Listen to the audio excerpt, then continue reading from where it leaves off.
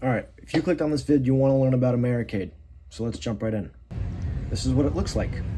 It's located in Lake George, New York. It's very touristy, lots of restaurants, mini golf, arcades, parks, shops all around, and there's plenty of hotels. But first things first, let's talk about registration. Now, you can register online or at a hotel of their choosing. This year, it was held at Holiday Inn. Doors open at 8 a.m. If you didn't register online, you can register using this sheet of paper. The Road Warrior Pass or anything priced above will get you all-week access and a few other perks like a t-shirt and voting strips. Otherwise, you can do day passes. You can buy the one that opens at 10 a.m. for $10 or 8 a.m. for $25. Now here's where it's important to be careful. The difference in price is $15, but the difference in time is 2 hours. Within those 2 hours, some dealerships can book out. Suzuki on day 2 was booked by 9:45 in the morning. So if you choose the 10 a.m. entry, you won't be able to ride for Suzuki for that day. And yes, that means every single bike for every single time slot was booked. So once you get there, you'll see all the vendors.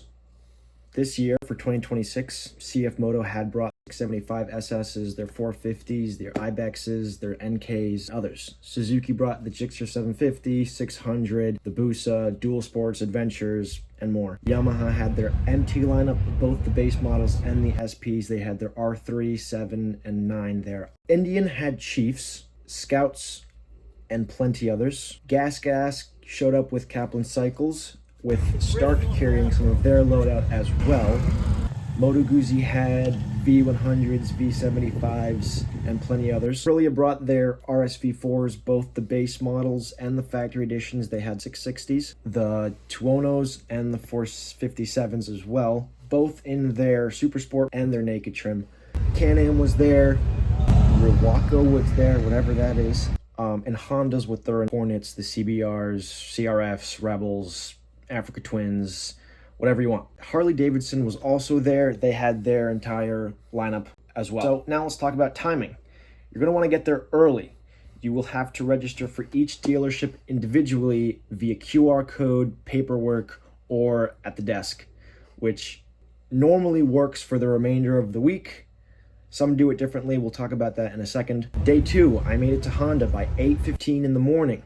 It took me 20 to 30 minutes to book a ride. When you get to the front desk, they will ask you for your motorcycle license or your driver's license. They'll ask you for what motorcycle you want to take out and if you have your proper gear. Some dealerships will show you what remaining bites and time slots they have left. They'll have it on a large TV or a monitor. And then you'll get one of these wristbands. When it's your time to ride, you will want to be there roughly 5 to 10 minutes early. They'll do a debriefing of what their expectations are, do a name roll call, they'll call your name, say you're here, and then they'll tell you to go get on your bike.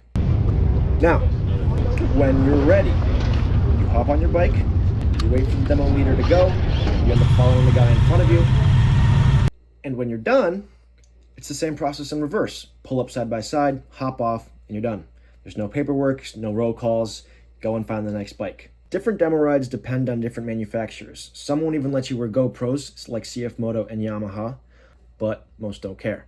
They will ask you to ride in a staggered position, which basically means think of footprints in the sand, kind of like this when you're walking, right?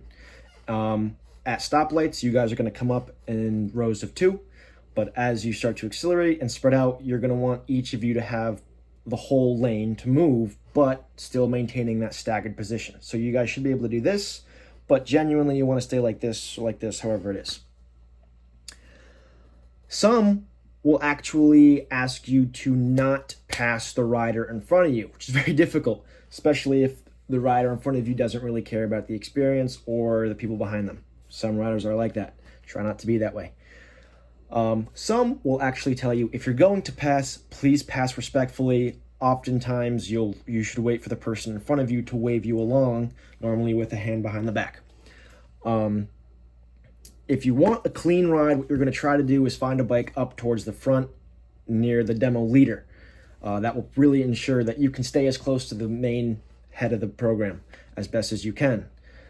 Otherwise, in the back, you'll get more of the stretch. and you might have a different experience depending on the riders in front of you or however the demo wants to hold their ride. Sometimes you'll end up getting stuck behind a car, and at that point nothing really matters. You're stuck behind a car.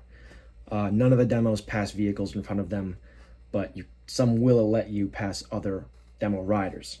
In terms of the routes taken, some will actually let you go on the highway. Most will stick to back roads. Both are good, both offer you slightly different experiences, but they all take the same routes. All Aprilias do one Aprilia route, while Suzuki's do one Suzuki route. Now, Indian and Harley-Davidson do it a little bit differently. Their program is that they actually let you come up to the desk, they ask you what bike you want to take out, they'll give you a wristband. You have to do this every day for them. Then you'll wait in a line to have one of their salesmen comes up to you, ask you what bike you're riding, and you'll go to the bike. They'll show you how it works, how to operate it slightly if you don't already know, and then they send you off. And you, as a rider, get to independently choose where you want to go and how you want to ride. So there's no leader. You get to go wherever you want, roughly within a half an hour, because that's how long most of the demo rides take, is about approximately 20 minutes to a half an hour. Now, the other experience for Americade is all the pop-up vendors they have. There's a whole area of pop-up tents that have food, clothing, and other items to sell. Americade also holds fireworks and stunt shows as well as other experiences too. So you should definitely take a small walk to this area and see what they got going on.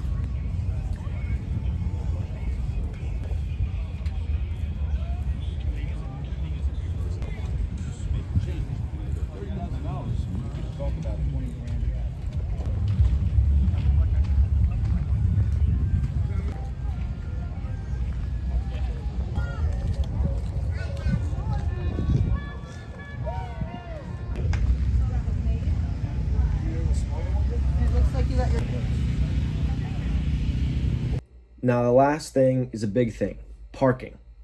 If you come in on 2 or 3 wheels, you can park around the premise of the main hotel the event is held at. If you don't enter that way, there's plenty of parking all along the streets that most motorcyclists will use. If you come in on 4 wheels, they're going to tell you to turn around. They're going to say they don't have space for you, even if they do. What you can do, there's plenty of open parking all around, normally within a 5-10 minute walk. You will have to park there. Most of them have a small payment of $2 an hour, and then you leave your car there. You take your gear with you. Please bring a backpack, and head out and make your way to Americade. So, with all that said, now you know the basics of Americade. If you have any questions or comments, leave them in the comments. Don't hesitate to ask. I'll try to get back as soon as I can. Thank you for watching. Please ride safe. Enjoy your time.